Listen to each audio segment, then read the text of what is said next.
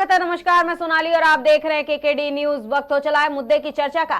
जी हां, सांसदों के निलंबन पर जंतर मंतर पर विपक्ष लगातार प्रदर्शन कर रहा है, जिसमें राहुल गांधी और कई बड़े नेता जो है वो सरकार को घेरते हुए भी नजर आ रहे हैं। आपको बता दें, संसद के सांसदों के निलंबन पर सोनिया गांधी ने सरकार को घेरा था और कहा था कि सरकार ने लोकतंत्र का गला घोटा है। संसद से विपक्षी सांसदों के निलंबन को लेकर सियासत थमने का अब नाम नहीं ले रही है और अब जंतर मंतर पर प्रदर्शन हो रहा है। और पहले कांग्रेस संसदीय दल की अध्यक्ष सोनिया गांधी ने अपनी प्रतिक्रिया दी थी और उसके बाद अब विपक्ष जंतर मंतर पर प्रदर्शन कर रहा है लगातार। और इस प्रदर्शन में राहुल गांधी सरकार की उल्टी सीधी बातें बोलते हुए नजर आ रहे हैं। राहुल गांधी लगातार सरकार को घेरते हुए भी दिखाई दे रहे हैं, सरकार को इस मुद्दे पर खूब लथाड़ भी रहे हैं। वहीं सोनिया गांधी ने कहा कि इस सरकार ने लोकतंत्र का गला घोट दिया है। इससे पहले कभी भी संसद के इतने सारे विपक्षी सदस्यों को सदन से निलंबित नहीं किया गया था। बता दें, सोमवार को 78 सांसदों को निलंबित किया गया था, जिसको लेकर विपक्ष लगातार सरकार पर हमलावर हो रहा था और कई सवाल उठा रहा था।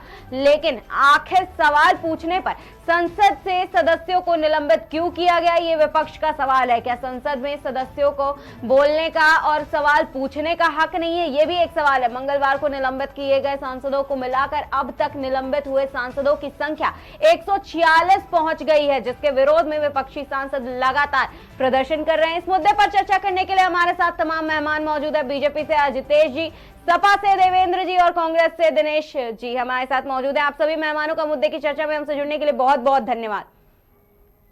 हमारा सबसे पहला सवाल अजितेश जी आपसे है, संसद में जो कुछ भी हुआ, निलंबित किए गए सांसद, उसके बाद संसद की सुरक्षा में जो चूक हुआ ये भी देखा गया, लेकिन इसको लेकर के विपक्ष लगातार हमलावर हो रहा है और विपक्ष ने अब एक और नया तरीका अपनाया है। जंतर मंतर पर जाकर के विरोध प्रदर्शन कर रहे हैं, इसके लिए जवाब मांगा जा रहा है और लगातार संसद में सुरक्षा में जो चूक हुई उसकी बातें कही जा रही है, निलंबन की बात कही जा रही है, सवाल पूछे जा रहे हैं।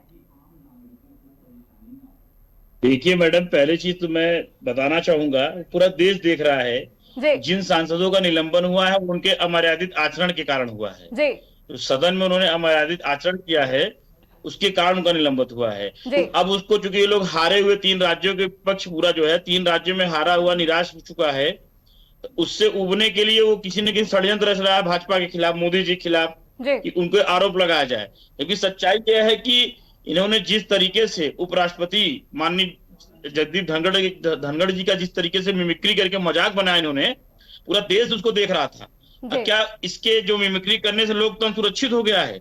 क्या राहुल गांधी के वीडियो बनाने से लोकतंत्र सुरक्षित हो गया है? आप सोचिए, जो है तो जनता को हंसाने का काम देश के कॉमेडियन करते हैं, वो भी इतनी गंभीरता से करते हैं, मगर जिस तरीके जिन सांसदों को गंभीरता से अपेक्षा की जाती है, क्या उनका आचरण लोकतंत्र के मंच पे, जो इतना बड़ा लोकतंत्र का मंच है, उस पर इतनी गंभीर रहे वो लोग? जो है लोकतंत्र को इन्होंने लाफ्टर चैलेंज बना दिया है। बताइए, अब इनके आचरण में कमी हो, उनका अमर्यादित आचरण हो, उस पर बाहर कर दिया जाए, क्योंकि इनके पास कोई मुद्दा नहीं मोदी जी के खिलाफ। लेकिन राहुल गांधी इस बात को मान नहीं रहे हैं अजितेश जी। राहुल गांधी कह रहे हैं कि ऐसा कुछ नहीं हुआ है, मिमिक्री वाली बात भी नहीं मान रहे हैं। मतलब मिमिक्री की गई, मिमिक्री को पूरे देश ने देखा, विदेश तक ने देख लिया, लेकिन राहुल गांधी इसको मानने को तैयार नहीं है।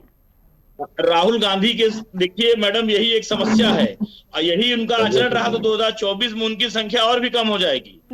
जिस तरीके राहुल गांधी का आचरण उस दिन पूरे देश ने देखा, जो है ये मोहब्बत की दुकान के नाम पे स्वघोषित जो ठेकेदार हैं, वीडियो बनाने में जिस प्रकार मशगूल थे, ये बहुत ही शर्मनाक चीज हुआ। पूरा देश देख रहा है, देश बैठा है जवाब देने में, देश तैयार है। 2024 में देश तैयार है, इनके इस वीडियो बनाने की हरकत का जवाब 2024 में देश जरूर देगा। जी दिनेश जी, जवाब दीजिएगा। आप लोगों ने संसद भवन को लाफ्टर भवन बना दिया है, मतलब ये एक बड़ा आरोप है, क्योंकि संसद में जाकर के आप लोग चर्चा नहीं करते, सवाल नहीं उठाते, ना जवाब करते हैं, वहां पर लाफ्टर करने के लिए जाते हैं।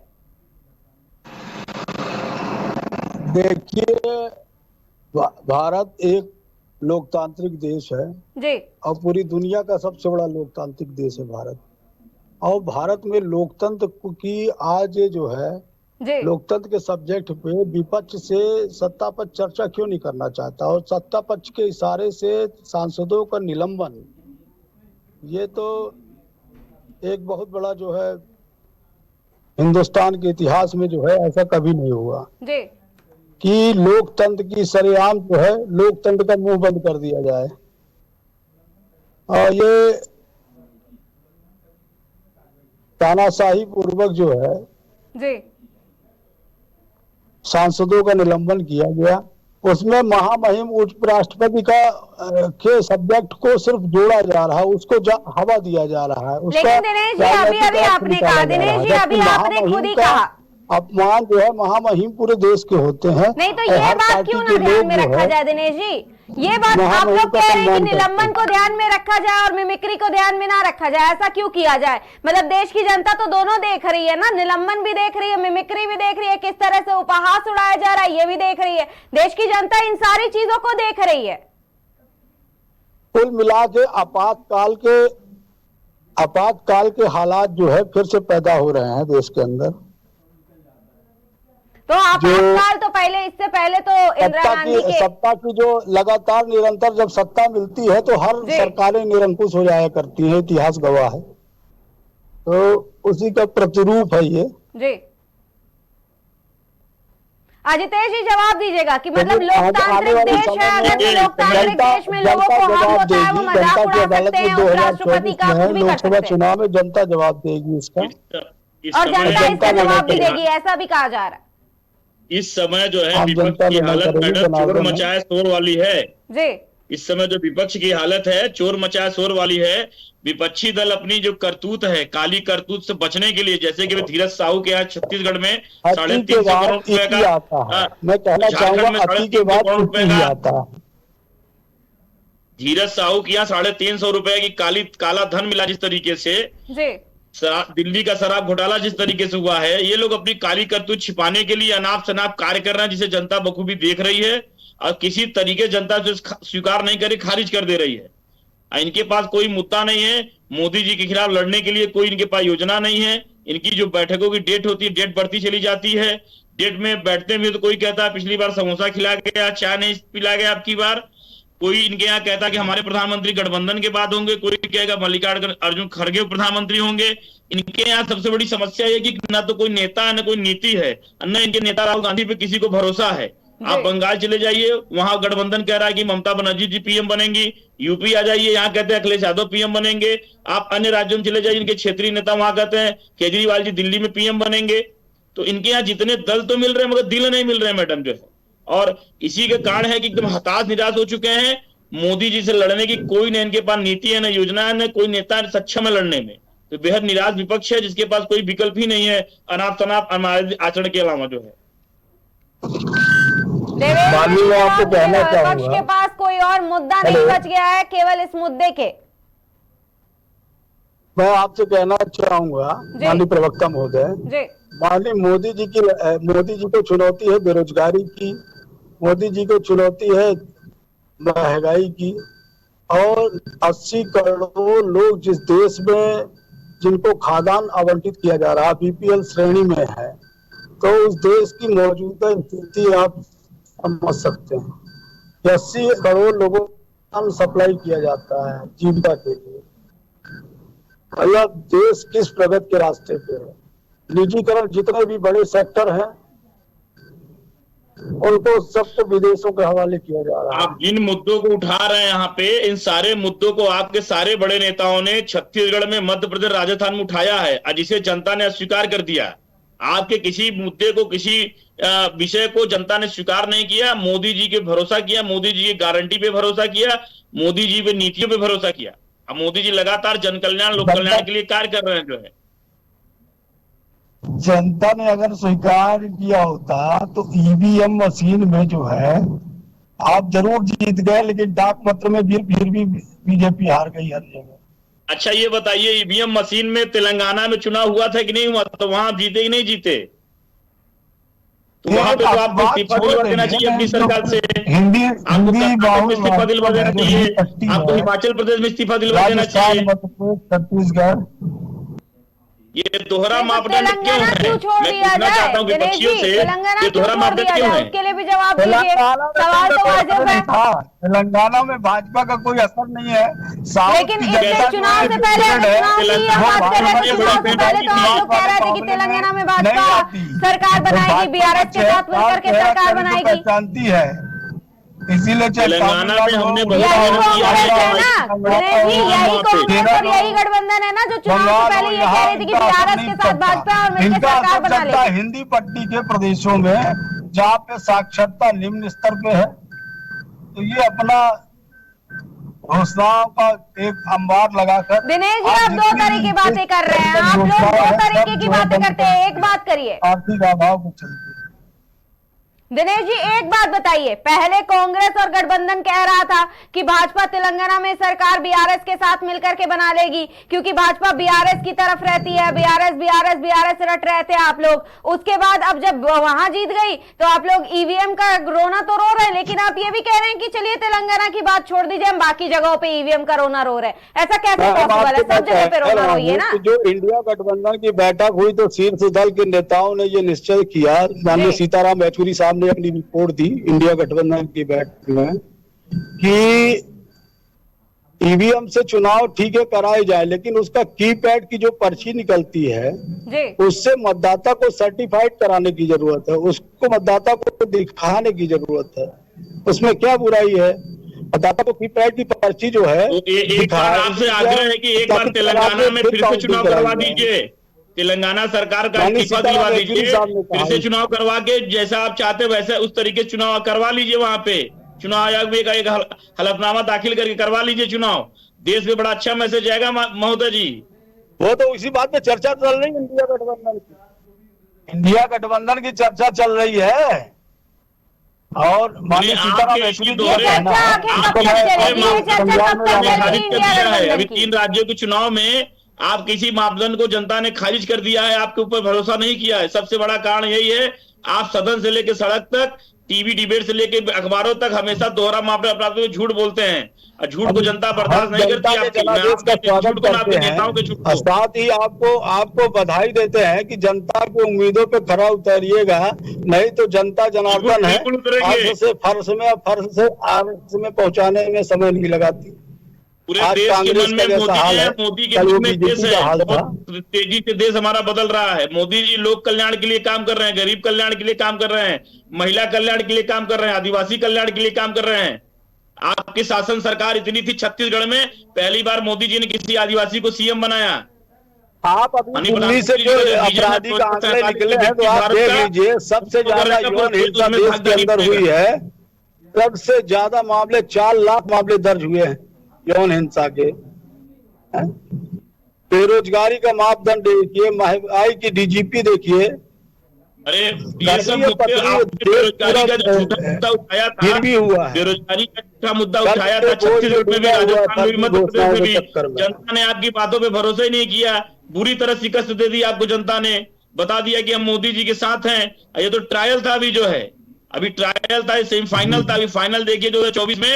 मैं इस मंच से दावा करता हूँ डिबेट के माध्यम से 50 सीट से नीचे के अंदर सिमट जाएगी कांग्रेस जो है।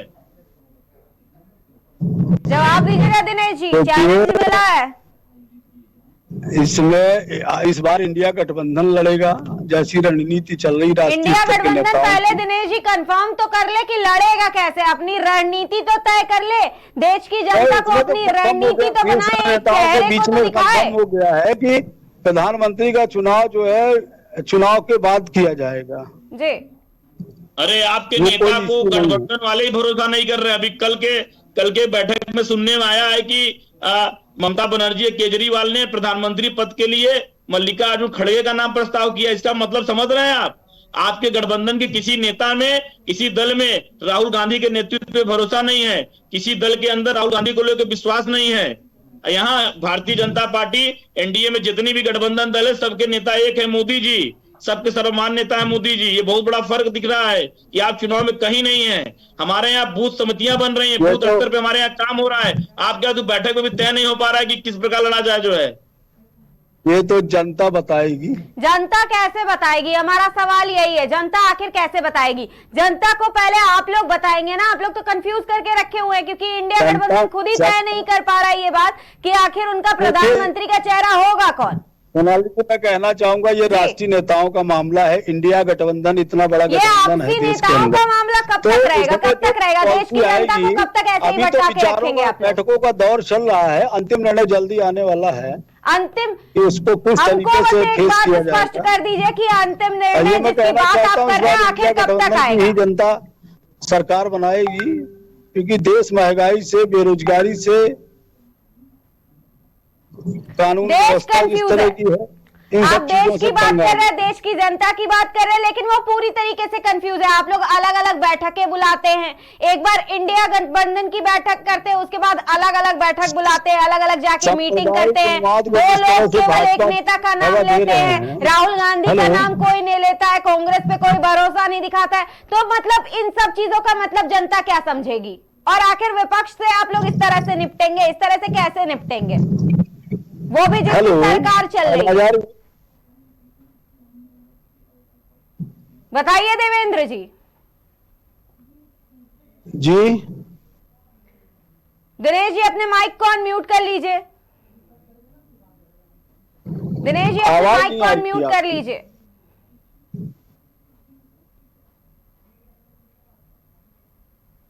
अजितेश जी बताइएगा। देखिए मैडम, इन्होंने जिस तरह से उपराष्ट्रपति जी खिल्ली उड़ाने का काम किया है, 2024 में देश की जनता इनकी खिल्ली उड़ाएगी। ये आप देखिएगा, जनता हमारी देश की बहुत समझदार है। अब उसको पता है कि देश का नेतृत्व कौन कर रहा है, किसके नेतृत्व देश हमारा आगे बढ़ रहा है। जिस तरीके से मोदी जी ने बढ़ाने का काम किया है देश में, इस तरह से महिलाओं को उत्थान के लिए, गरीबों के कल्याण के लिए योजनाएं चलाई हैं देश में, चाहे उज्ज्वला योजना से लेकर प्रधानमंत्री आवास योजना हो, चाहे हर घर जल नल योजना हो, तमाम ऐसी योजनाएं हैं। जनधन के माध्यम से हमने लाखों लोगों को, 50 लाख से ज्यादा परिवारों को बैंकिंग सिस्टम से जोड़ा है।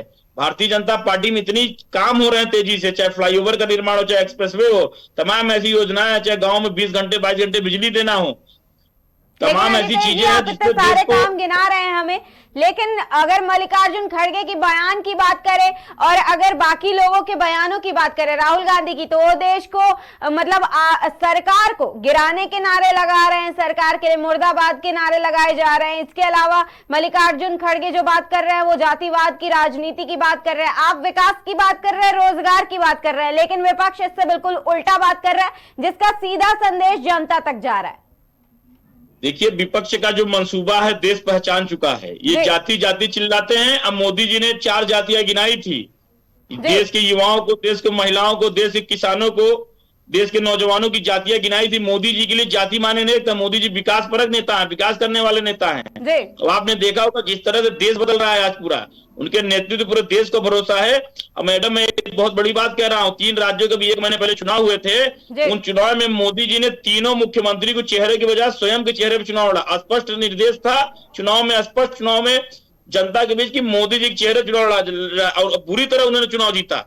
ये बहुत बड़ा जिगरा चाहिए अपने दम पे चुनाव लड़ने के लिए किसी स्टेट में। और देश की जनता को चुनाव में जो जनादेश मिला तीनों स्टेट के जनता द्वारा, इतना भयंकर चुनाव था परिणाम। विपक्ष अभी भी कोमे में है, सदमे में है। और मैं एक चीज बता दूं, 5 राज्यों के जो चुनाव हुए हैं उसमें कहा जा रहा है कि 3 राज्य बीजेपी जीती, 1 राज्य कांग्रेस जीती है। ये गलत है। उस चुनाव का आकलन ऐसे नहीं होना चाहिए। उस चुनाव का आकलन ऐसे होना चाहिए कि जहां जहां कांग्रेस की सरकार थी, जिस राज्य में उस राज्य की जनता त्रस्त होकर वहां पे भाजपा को लाने का काम किया है, और जहां बीजेपी की सरकार थी उस राज्य की जनता बीजेपी से खुश होकर पुनः बीजेपी को लाने का काम किया है। ये बहुत बड़ा फर्क है मैडम। दिनेश जी जवाब दीजिएगा इस फर्क के बारे में जिसको अभी अभी अजितेश जी ने गिनाया है। देश की जनता हर स्टेट से, हर बूथ से, हर विधानसभा से, हर लोकसभा से कांग्रेस को सफाया करना चाह रही है। अब मोदी जी को लाना चाह रही है वो। जी देवेंद्र जी जवाब दीजिएगा।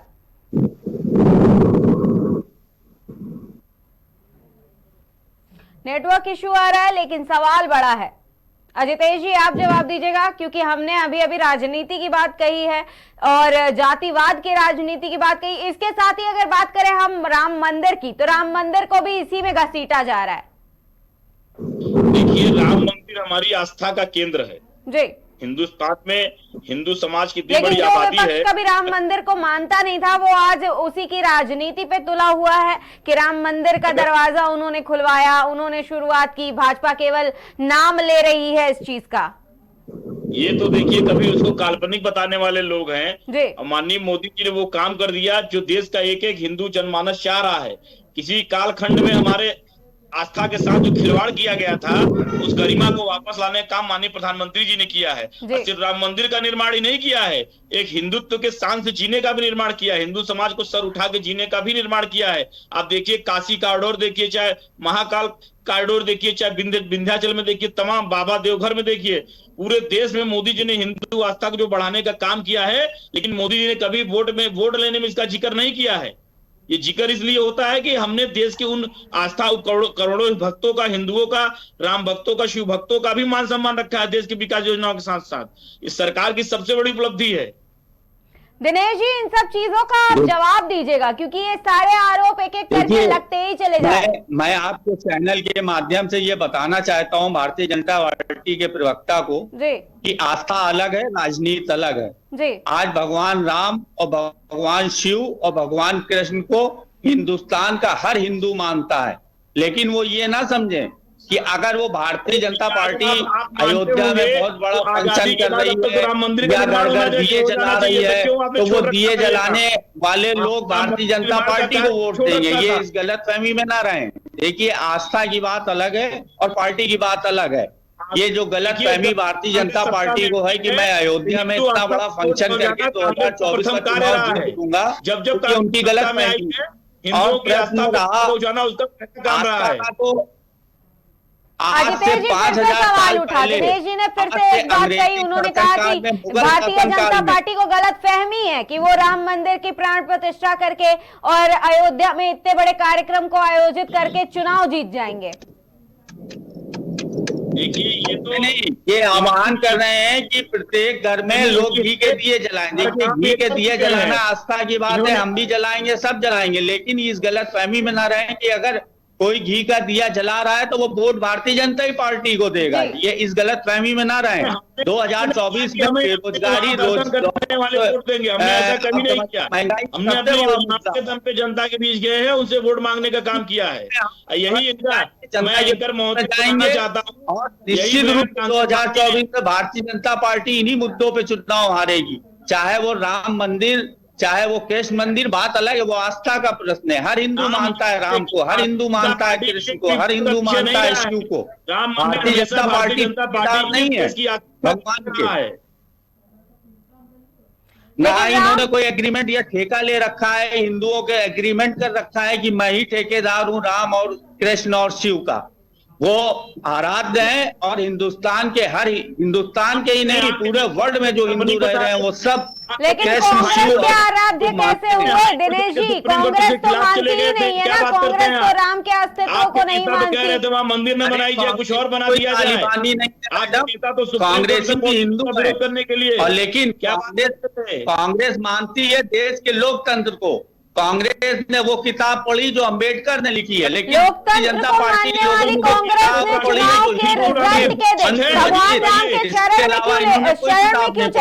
कांग्रेस भी तो कोई तालिबानी थोड़ा है ना, कांग्रेस के लोग वो भी हिंदू है। कांग्रेस भगवान राम के अस्तित्व को नहीं मानती थी, ये पूरा देश जानती है। कॉन्स्टिट्यूशन को मानते हैं, अम्बेडकर के कानून को मानते हैं। वो मंदिर मस्जिद और हिंदू मुस्लिम नहीं मानते हैं। बस फर्क कांग्रेस का और भारतीय जनता पार्टी में यही है। लेकिन उस पोस्टर के बारे में क्या कहेंगे आप दिनेश जी, जो चुनाव के रिजल्ट के दिन राहुल गांधी ने भगवान राम के साथ लगाया? क्योंकि कांग्रेस तो अंबेडकर को मानती है और कांग्रेस वही कांग्रेस है जो कभी भी राम के अस्तित्व को नहीं मानती थी। आदरणीय राहुल गांधी जी के पिता राजीव गांधी जी ने ही राम मंदिर का ताला खुलवाया था। उनसे बड़ा भक्त कौन है? आज भारतीय जनता पार्टी अगर सत्ता में है तो उसका मेन श्रेय आदरणीय राहुल गांधी जी को जाता है। इतिहास का पन्ना अगर कभी भी खुलेगा तो उस इतिहास के पन्ने में यही लिखा जाएगा कि मंदिर के ताले को आदरणीय पूर्व प्रधानमंत्री राजीव गांधी जी ने खुलवाया। इन भारतीय जनता पार्टी वालों से हम क्या बात करें? आज ये फूड बिल की बात करते हैं, आज ये बात करते हैं अनाज की। अनाज का फूड बिल लाए कौन? आदरणीय सोनिया जी लाई। आज ये किसानों की बात करते हैं, एक्विजिशन बिल लाया कौन? आदरणीय सोनिया जी लाई। अगर किसी किसान की जमीन 1 लाख है, 5 लाख की कीमत है, तो उसका 4 गुना देने का जो संसद में पास कराया आदरणीय सोनिया जी ने कराया। आज जितने एम्स खोले कांग्रेस ने खोले, आज जितनी इन्होंने तो सरकारी संस्थाएं बेचने का काम किया, दूसरा क्या काम किया, यहां तक रेलवे को भी बेच दिया। अजितेश जी जवाब दीजिएगा, आपने सारी बातें सुन ली हैं, क्या काम किया कांग्रेस ने, भारतीय जनता पार्टी ने क्या किया? जवाब मांगे इनकी यही ऐसा नहीं है कि जनता कुछ देख नहीं रही है, जनता सब कुछ देख रही है। और रहा प्रश्न 3 राज्यों का, तो आज कांग्रेस 3 राज्यों में सबसे बड़ी विपक्ष की पार्टी है और इनके काले कारनामा को उजागर करने के लिए तीनों राज्यों में कांग्रेस सड़क पे उतरेगी और इनको मुंहतोड़ जवाब देगी। ये सबसे बड़ी पार्टी है। आपने सुन लीजिए, अभी मैं बताना चाह रहा हूं, सबसे बड़ा कंफ्यूजन यही है कि कांग्रेस पार्टी खुद कंफ्यूज है। वो करती कुछ है, कहती कुछ है, वो कहती कुछ है, करती कुछ है। अभी एक जो अभी महिलाओं का आरक्षण पे बिल आया है 33%, सदन में सोनिया गांधी ने कहा कि ये राहुल गांधी हमारे राजीव गांधी का सपना था। हर काम तो इनका सपना था, लेकिन सपने को हकीकत किया किसने?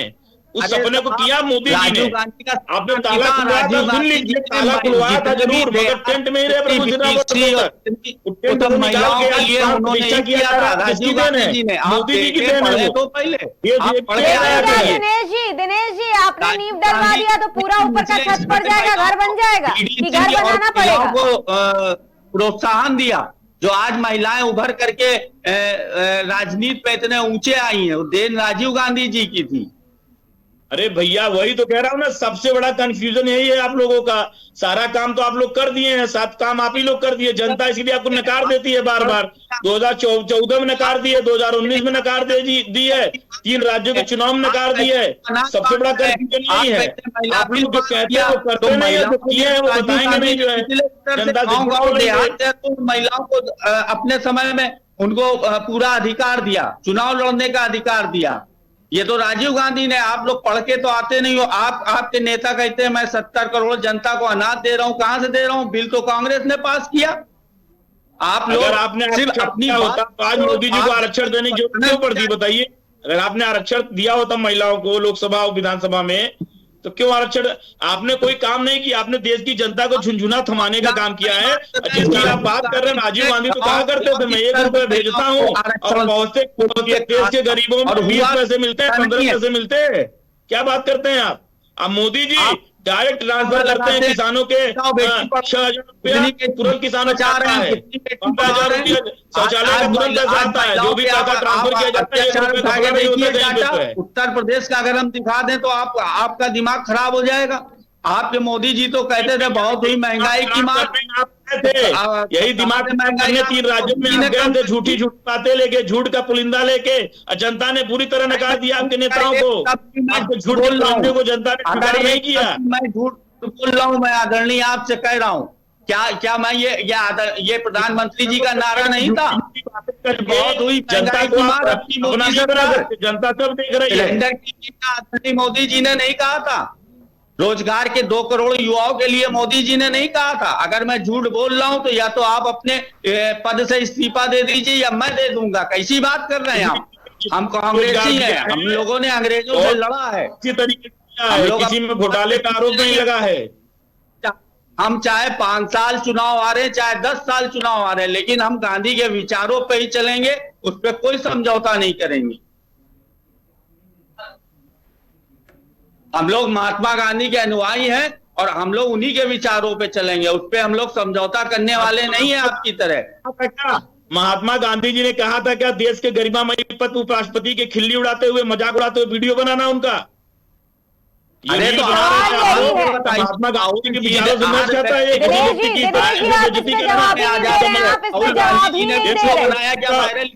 अपमान करना। बताइए, आप जवाब दीजिए। वीडियो तो हम भी बना सकते हैं, वीडियो आप भी बना सकते हो, लेकिन अगर वीडियो को वायरल किया जाए, क्या आदरणीय राहुल गांधी जी ने वायरल किया? इस बात का जवाब दीजिए हमको। बनाना कौन सी बुरी बात है? क्या आपके नेताओं ने वीडियो नहीं बनाए हैं क्या? लेकिन उन्होंने वायरल किया है। हमारे नेता की इतनी दूरदर्शिता की सोच है कि उन्होंने वायरल नहीं किया, उन्होंने वीडियो बनाया। मतलब राहुल गांधी ने बहुत उदारता दिखाया है कि उन्होंने वीडियो वायरल नहीं किया, बस उन्होंने वीडियो बनाया है ना। दिनेश जी जवाब दीजिएगा, मतलब इतना उदारता कर दिया, इतना उदारता दिखा दिया है राहुल गांधी ने कि उन्होंने केवल देश के उपराष्ट्रपति की खिल्ली उड़ाते हुए केवल वीडियो बनाया, उसको वायरल नहीं किया। ये बहुत बड़ी बात है जो कांग्रेस ने कर दी। खिल्ली उड़ाना जब होता जब वो अपने वीडियो को वायरल करते। आप अच्छा, बात समझिए हमारी, इसका मतलब ये है कि देश की जनता तक जो संदेश गया है उसमें राहुल गांधी कहीं भी नहीं। कैसे चलता ये तो ये बताओ मैं जरा। तो राहुल गांधी क्या कर रहे थे? राहुल गांधी क्या कर रहे थे? राहुल गांधी उस वीडियो को क्यों बना रहे थे? दिनेश जी इसका जवाब दीजिएगा। राहुल गांधी क्यों समर्थन में खड़े थे इस चीज के? आवाज आपकी धीमी आ रही है, सुनाई नहीं दे रहा मैडम। दिनेश जी हमारा सवाल साफ है, राहुल गांधी क्या कर रहे थे? राहुल गांधी ने वीडियो बनाया, राहुल गांधी ने उसको पोस्ट नहीं किया, वायरल नहीं किया, इसका मतलब बहुत उदारता दिखा दी। उपराष्ट्रपति की मजाक उड़ाया जा रहा था, उनकी मिमिक्री की जा रही थी, लेकिन राहुल गांधी ने उदारता दिखाते हुए उसे वायरल नहीं किया। एक बात बताइए, मैं रास्ते में जा रहा हूं, कोई घटना हो गई और मान लीजिए वो बहुत प्रतिष्ठित आदमी है, अगर उस घटना का हमने अगर वीडियो बना लिया तो क्या हमने गलत किया क्या? अब एक आध बात बताइए, एक एग्जांपल आपने दिया, एक एग्जांपल मैं देती हूं। वायरल तो नहीं किया दिनेश जी, एक एग्जांपल आपने दिया, एक एग्जांपल मैं दे रही हूं। राहुल गांधी ने कैसे बना लिया? इनके पेट में तो यही दर्द हो रहा है। दिनेश जी आपने सवाल पूछ लिया, आपने एक एग्जांपल दिया, मैं एक एग्जांपल दे रही हूँ। आप रास्ते में जा रहे हैं और किसी के साथ कोई घटना घटित हो रही है और आप उसको रोकने के लिए कैपेबल हैं, तो आप रोकेंगे या नहीं रोकेंगे, या उसके समर्थन में खड़े होकर के आप हंसेंगे उसके ऊपर? देखिए हमारी बात समझिए, आपने बात नहीं समझी। देश के उपराष्ट्रपति की खिल्ली उड़ाना इतनी आम बात नहीं है। एक जैसी नहीं होती और ना ही हर घटना का एक ही मैडम मैं बताऊं, अगर वो आप लोगों ने अपनी बात नहीं मानी, आप निलंबन को लेकर के प्रदर्शन कर रहे हैं कि हमें उसको नहीं वायरल करना है तो हम नहीं वायरल करेंगे, क्योंकि घटनाएं अलग अलग होती हैं। तो वायरल किसने किया, इसका भी जवाब दे दीजिए, क्योंकि वहां तो गठबंधन के लोग थे, वहां गठबंधन के लोग ही बैठ करके वहां पर प्रदर्शन कर रहे थे, मिमिक्री कर रहे थे, मजे ले रहे थे। गठबंधन के दलों में यह होड़ मची है, गठबंधन जवाब इस तरह से मांगता है, जितना नीचे गिरेगा वो उतना गठबंधन का नेतृत्व करने का हकदार होगा। घमंडिया गठबंधन के दलों में यह होड़ मची है कि कौन कितना नीचे गिरेगा, और जो जितना नीचे गिरेगा उतना ही ज्यादा घमंडिया गठबंधन के नेतृत्व करने का हकदार होगा वो। आवाज ना आपकी आ रही मैडम, ना हमारे साथी भाजपा के प्रवक्ता की आ रही। चलिए कोई बात नहीं, लेकिन नेटवर्क इशू आ रहा होगा थोड़ा सा, लेकिन सवाल यही है कि आप अपने नेता को बचाने में लगे हुए हैं, नेता को कह रहे हैं कि नहीं उन्होंने कुछ गलत नहीं किया है, क्योंकि उन्होंने केवल वीडियो बनाया, और वीडियो बनाना गलत थोड़ी ना है, वीडियो बना के वायरल करना गलत है। इसका मतलब कि हम आदरणीय राहुल गांधी जी शेर हैं, हमारी पार्टी के शेर देखा है, और हम शेर को पीएम पद के लिए क्यों नहीं किया जा रहा है कि नरेंद्र मोदी जी चोर हैं, वो चलिए नरेंद्र मोदी जी को आपने चोर कहा, मान लिया, देश की जनता सुन रही है इस चीज को। शेर है और हम कार्यकर्ताओं को इस बात का गर्व है कि हमारा नेता शेर है और खड़े होकर कहता है कि नरेंद्र मोदी जी चोर हैं, तो चोर हैं। बस हमारा नेता कोई जो आप कह रही है कि उन्होंने चोरी से और ये ऐसा कहीं कुछ नहीं है। आपने खुद कह दिया, गठबंधन मानता है, शेर मानते हैं आप अपने नेता को, राहुल गांधी को आप लोग शेर मानते हैं, सबसे बड़े नेता मानते होंगे, क्योंकि देश के प्रधानमंत्री तो चोर हैं। ठीक है दिनेश जी, लेकिन उसी सबसे बड़े नेता को, शेर को आप लोग पीएम पद के लिए क्यों नहीं खड़ा कर रहे? सारी बातों को खुल के कहता है, अगर उसने कहा कि चोर है तो चोर है, और कहीं ना कहीं निश्चित रूप से अगर अरे तो आपके शेर नेता को आप लोग क्यों नहीं खड़ा कर रहे पीएम पद के लिए? इसका जवाब दीजिए ना, इसका जवाब कौन देगा? इसका जवाब किससे मांगा जाए? आप अपने शेर नेता को पीएम पद के लिए क्यों नहीं खड़ा कर रहे? ममता बनर्जी जाकर के किसी और का नाम क्यों ले रही है? अरविंद केजरीवाल किसी और का नाम क्यों ले रहे? इसका जवाब दीजिए ना। देखिए एक बात समझिए, हमारे यहाँ लोकतंत्र है, बटा हुआ है आपके यहाँ। लोग हैं, आज देश में प्रधानमंत्री, जनता ये चाहती है कि आज देश का एक प्रधानमंत्री दलित हो, और जनता इसकी मांग कर रही है। देखिए हमारे यहाँ हमारे कांग्रेस ने ब्राह्मणों को प्रधानमंत्री बनाया, हमारे कांग्रेस ने यहाँ तक सरदार को प्रधानमंत्री बनाया, और देश के प्रधानमंत्री सभी हो चुके हैं। आज वर्तमान में नरेंद्र मोदी जी ओबीसी से आते हैं, वो प्रधानमंत्री हैं। तो आज हमारा गठबंधन चाहता है कि आज देश में एक दलित प्रधानमंत्री बने, उसमें बुराई क्या है? इनके पेट में क्यों दर्द हो रहा है? अगर देश का हमारे है कि आखिर कौन प्रधानमंत्री पद के लिए खड़ा हो? मुझे बोलने दिया जाए क्या है? ये भारतीय जनता पार्टी दलितों साथी कह रहे हैं कि हम चाहते हैं दलित प्रधानमंत्री नहीं देना चाहते। कांग्रेस में कल की बैठक में जब केजरीवाल जी ममता बनर्जी ने प्रस्ताव दिया उन्होंने इसको मना कर दिया। जनता पार्टी अभी ऐसी कोई बात नहीं होगी, चुनाव के बाद हम तय करेंगे कौन प्रधानमंत्री होगा। बताइए, इनके नेता ने इस बात को अस्वीकार कर दिया, कांग्रेसी नेता ने। इन्होंने तो अपने नेता को गायब कर दिया। आदरणीय आडवाणी जी बेचारे प्रधानमंत्री के दावेदार थे, गायब हो गए। जोशी जी गायब हो गई। और एक बात और मैडम बता दे, एक बहुत बड़े नेता इनके यहाँ गोपीनाथ मुंडे थे। आज अगर गोपीनाथ मुंडे जी होते तो ये ईवीएम का खेल आपके सामने आ जाता, लेकिन गोपीनाथ मुंडे जी की रहस्यमय तरीके से मौत हो गई और वहीं पर ईवीएम का रहस्य भी दब गया गोपीनाथ मुंडे जी के खत्म होने के बाद। ये भारतीय जनता पार्टी वाले हम लोगों से क्या बात करेंगे? ये 9 साल में इन्होंने देश को बेचने का काम किया। बेरोजगारी आज सर चढ़ के बोल रही है। आज इनको मालूम है आज सब्जी क्या भाव है।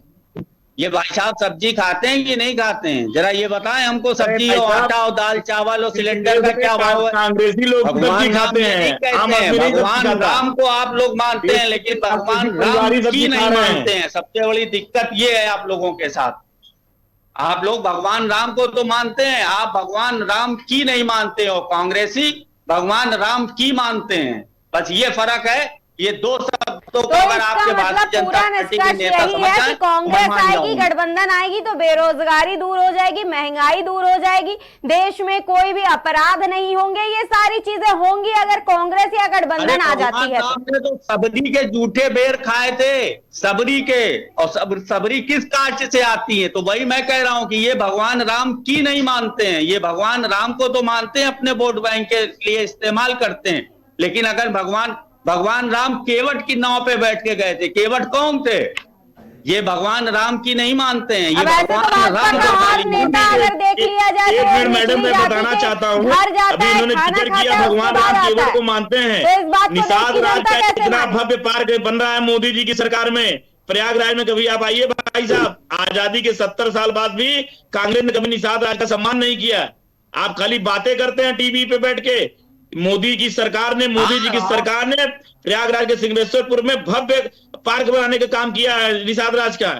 कहाँ है आप? जो है आपको जानकारी नहीं है। तो छोड़ दीजिए, आप कांग्रेस की बात तो छोड़ दीजिए। क्या अभी तक वहां संगम और माघ मेले में लोग स्नान करने नहीं जाते थे क्या? जब से बीजेपी आई 9 साल से तभी सब वहां जा रहे हैं स्नान करने के लिए। क्या बात करते हैं आप?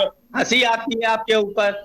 आज हिंदू का अस्तित्व क्या भाजपा बचाए हुए? आज मुगल शासन, आप लोग मोदी जी को शासन हैं।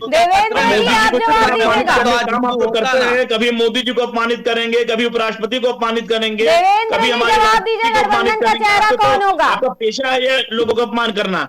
देश की जनता आपकी सम्मान का बदला भी लेती है। ये भी काम है। हम लोग इतना अपमान करते हैं सबको, देश की जनता हम लोग करती है। डिबेट पे जवाब दे देते हैं। हमारे बड़े नेता, हमारे राष्ट्रीय नेता तय कर रहे हैं और जल्द ही गठबंधन का चेहरा कौन होगा वो आपके सामने और भारतीय जनता पार्टी के सामने आ जाएगा। देवेंद्र जी जवाब दीजिएगा कि आखिर कितने दिनों तक गठबंधन की बैठक ऐसे ही चलती रहेगी और देश को गुमराह करते रहेंगे कि ये चेहरा होगा वो चेहरा होगा? 2024 के लिए आप कांग्रेस के लिए क्यों? आप चूंकि आप लोग इस वक्त बौखलाए हैं, आपके समझ में नहीं आ रहा है कि गठबंधन का कौन प्रधानमंत्री बनेगा, लेकिन निश्चित रूप से मान के चलिए कि देश की जनता अब की एक दलित प्रधानमंत्री को मांग रही है और कहीं ना कहीं गठबंधन के नेता एक बड़ा दिल दिखाएंगे और देश को एक दलित प्रधानमंत्री देंगे। कोई भी हो सकता है, ये हमारा एक अनुमान है, बाकी तय तो हमारे राष्ट्रीय नेता करेंगे। ये सुनिए प्रवक्ता महोदय, कहीं आप ऐसा बोल रहे हैं अगले दिन आपको पार्टी से बाहर न कर दिया जाए, क्योंकि आप दलित प्रधानमंत्री की बात कर रहे हैं। आपके कांग्रेसी नेता ने कल की इंडिया अलायंस की बैठक में इस बात को स्वीकार कर दिया। केजरीवाल ममता बनर्जी ने ये प्रस्ताव सुनी।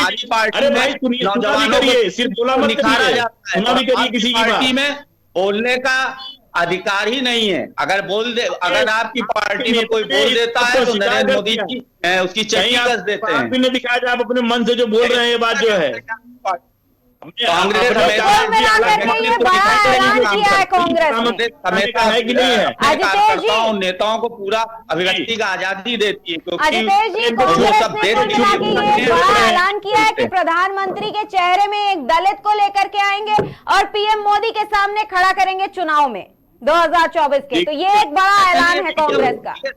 खड़ा करेंगे, what is the PM Modi, जनता के सामने खड़ा करेंगे, जनता तय करेगी। सारे सवाल का जवाब आप देंगे, क्या बात करते हैं प्रधानमंत्री जी को, मोदी जी दुखी हो जाएंगे, मोदी जी के सामने क्या करेंगे, खड़ा करेंगे। अरे मोदी जी भी तो उसी जनता के सामने खड़े हैं। हमारा गठबंधन जो भी प्रधानमंत्री बनेगा और जो भी गठबंधन के लोग, हम लोग जाएंगे चुनाव में, तो वो जनता के बीच में जाएंगे। मोदी जी क्या है, प्रधानमंत्री है, हम सब उनका सम्मान करते हैं, वो प्रधानमंत्री कुर्सी के नाते। व्यक्तिगत वो भी तो कांग्रेस नहीं करती है, ये बात बताने की जरूरत नहीं है। कांग्रेस वो भी नहीं करती है, देश के प्रधानमंत्री को कभी जेब कतरा कह देती है, कभी चोर कह देती है, तो कांग्रेस वो भी नहीं करती है। नहीं, अगर कांग्रेस नहीं उपराष्ट्रपति की इज्जत करती है, नहीं देश के प्रधानमंत्री की इज्जत करती है। ये सारी चीजें भूल चुकी है। कहीं ना कहीं कोई बहुत बड़ा घोटाला है, और वो घोटाला होगा तो हम देश की राजनीति में घोटाले के चक्कर में हम ये भूल जाएंगे कि किसकी इज्जत करनी है, किसकी नहीं करनी है। देश का प्रधानमंत्री आपको कौन होता है, राष्ट्रपति कौन होता है? सुनिए, अभी तक उन्होंने आजादी के बाद कभी दलित प्रधानमंत्री नहीं बनाया, आजादी के बाद कभी दलित राष्ट्रपति नहीं बनाया। ये सिर्फ इतना बौखला चुके हैं, इनके सारे पत्ते फेल हो चुके हैं, सारी रणनीतियां फेल हो चुकी हैं। तो अब ये दलित का कार्ड खेलना चाह रहे हैं। ये कभी मुसलमान का कार्ड खेला करते थे, ये भूल रहे हैं। इनके किसी जातिगत कार्ड को देश की जनता विश्वास नहीं कर रही है। मोदी जी 9 साल से हैं, तो मुसलमानों को ले जाके बंगाल की खाड़ी में क्यों नहीं फेंक दे रहे हैं? है हिम्मत? नहीं, आपके अंदर जाति का कार्ड खेलते हैं, मुसलमानों से आपकी पार्टी और आप लोग अगर तो मुसलमानों को 9 साल से हैं, ले जाए बंगाल की खाड़ी में फेंक दें, तो पहले हम समझे खाली वोट बैंक के लिए मुसलमानों को आप इस्तेमाल करते हो। हम लोग देश की आजादी की लड़ाई मुसलमानों ने भी लड़ी है। अशफाक उल्लाह भी फांसी पे चढ़े हैं, भगत सिंह भी फांसी पे चढ़े हैं। ऐसा नहीं है कि खाली जो है हिंदुओं ने देश की आजादी करा ली।